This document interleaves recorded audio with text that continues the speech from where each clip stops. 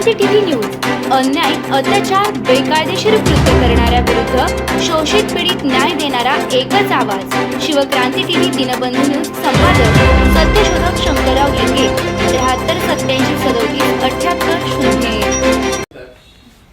मैं एकता बहुउद्देश्य संस्था का अध्यक्ष हूँ, सदर हूँ, और ये हमारी जो संस्था है वो रजिस्टर है।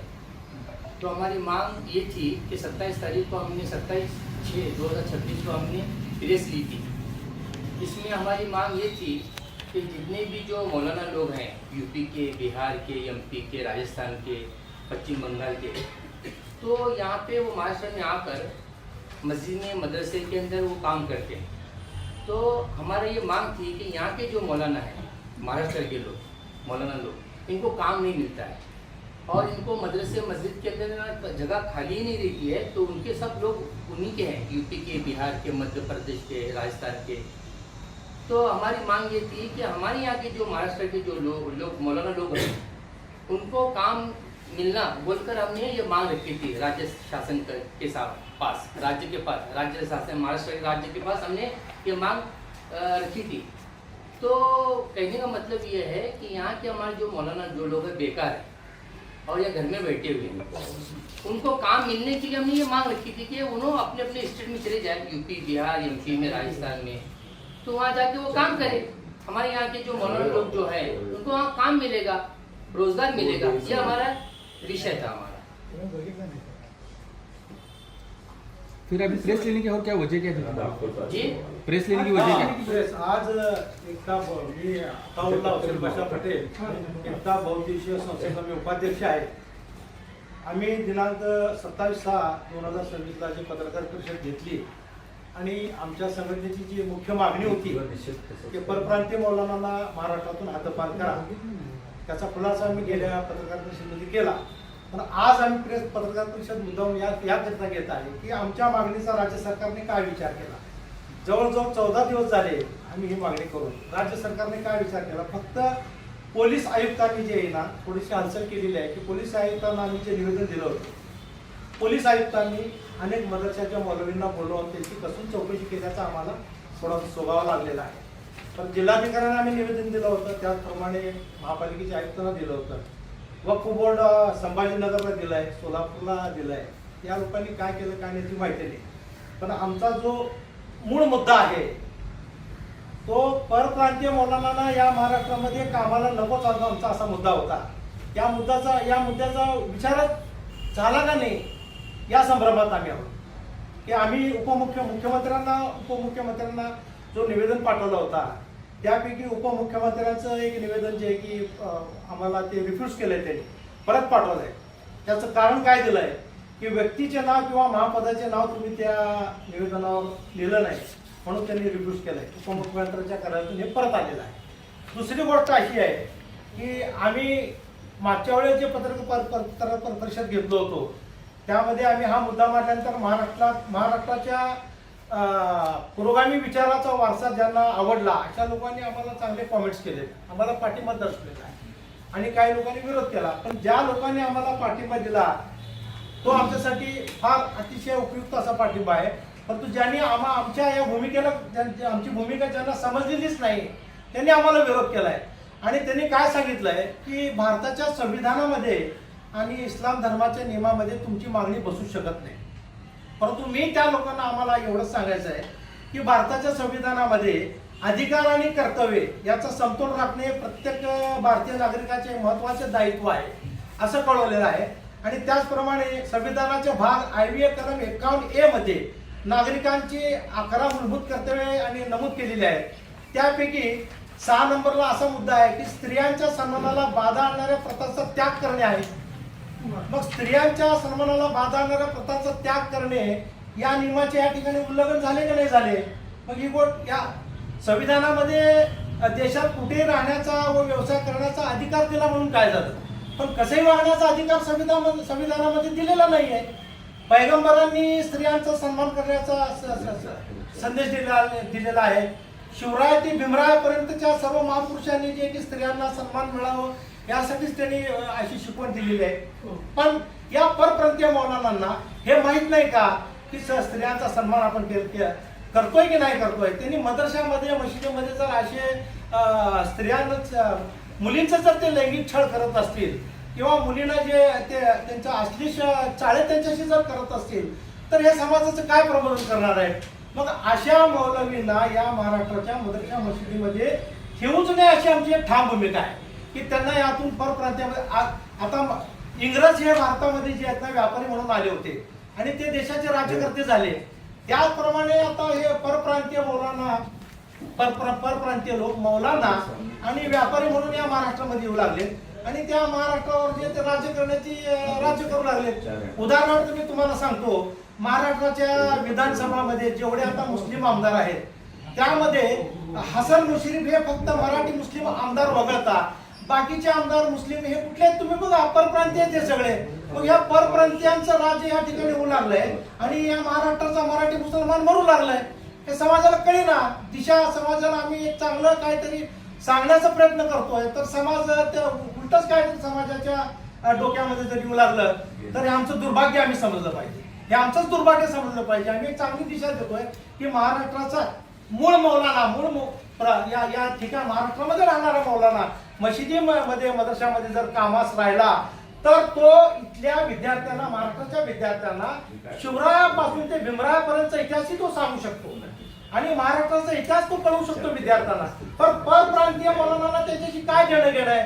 छत्रपती शिवाजी महाराजांचा इतिहास जर आपण त्या परप्रांतीय मौलाना विचारला तर ते सांगू शकणार नाहीत किंवा डॉक्टर बाबासाहेब आंबेडकरांचा इतिहास तुम्ही त्यांना विचारला तर ते देश पातळीवर बाबासाहेब आंबेडकर त्यांना कळतात पण छत्रपती शिवाजी महाराज हे कोण म्हणून ते आम्हाला विचारतात.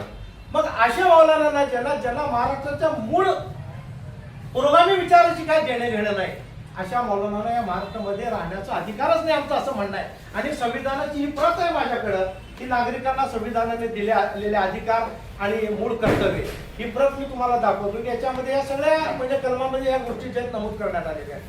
मग या आमच्या विचाराचा आमच्या या मागणीचा राज्य सरकारने मुख्यमंत्र्यांनी जे याचा चांगला विचार करून आम्हाला काहीतरी थोडंसं न्याय मिळावा म्हणून आम्ही हे दुसरी पत्रकार परिषद घेत आहोत.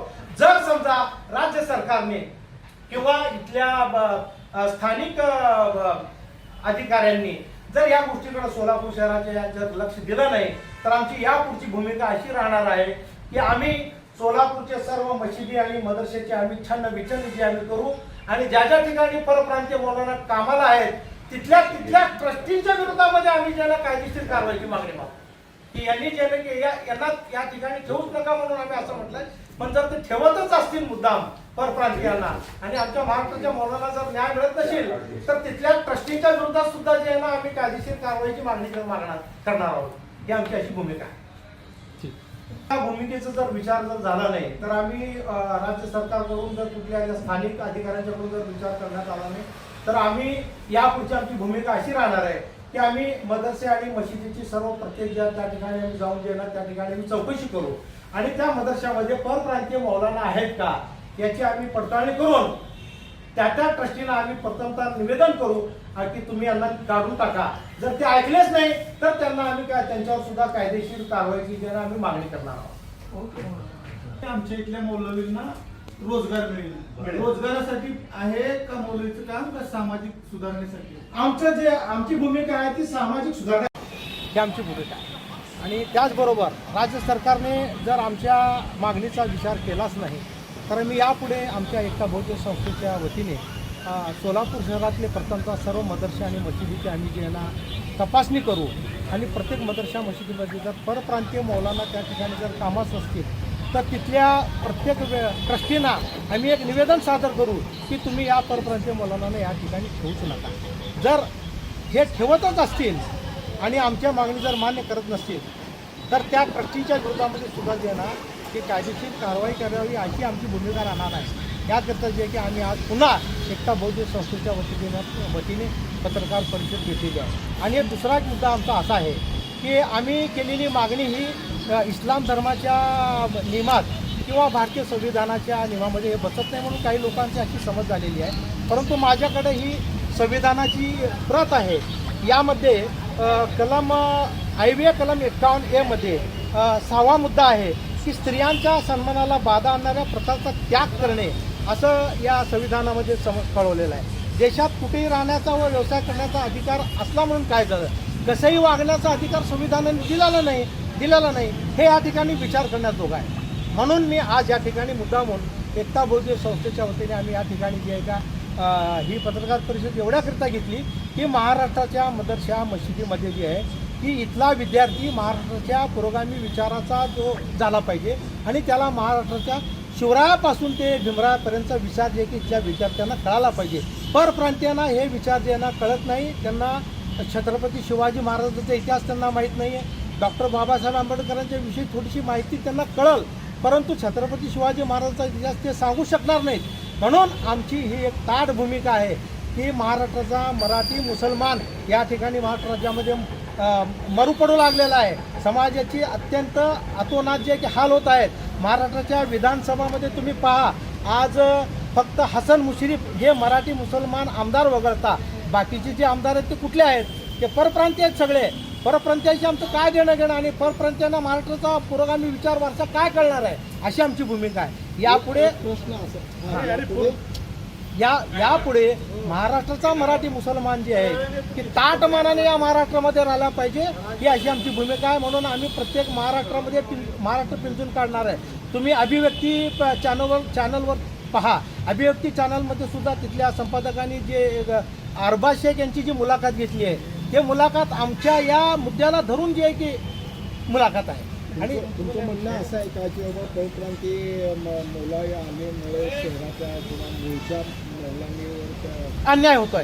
हा, परप्रांतीय मौलाना या महाराष्ट्रामध्ये आल्यामुळे इथल्या स्थानिक मौलानावर अन्यायच आहे एक प्रकारचा. स्थानिक मौलानांना कामच मिळत नाही हो. प्रत्येक मदरसा मशिदीमध्ये जे आहे ना सगळं परप्रांतीयाचंच राज्य झालेलं आहे. आणि हे परप्रांतीय काय करू लागलेत तर फक्त बोंधू बाबागिरी आणि अंधश्रद्धा समाजाला फक्त हेच कळवू लागलेत.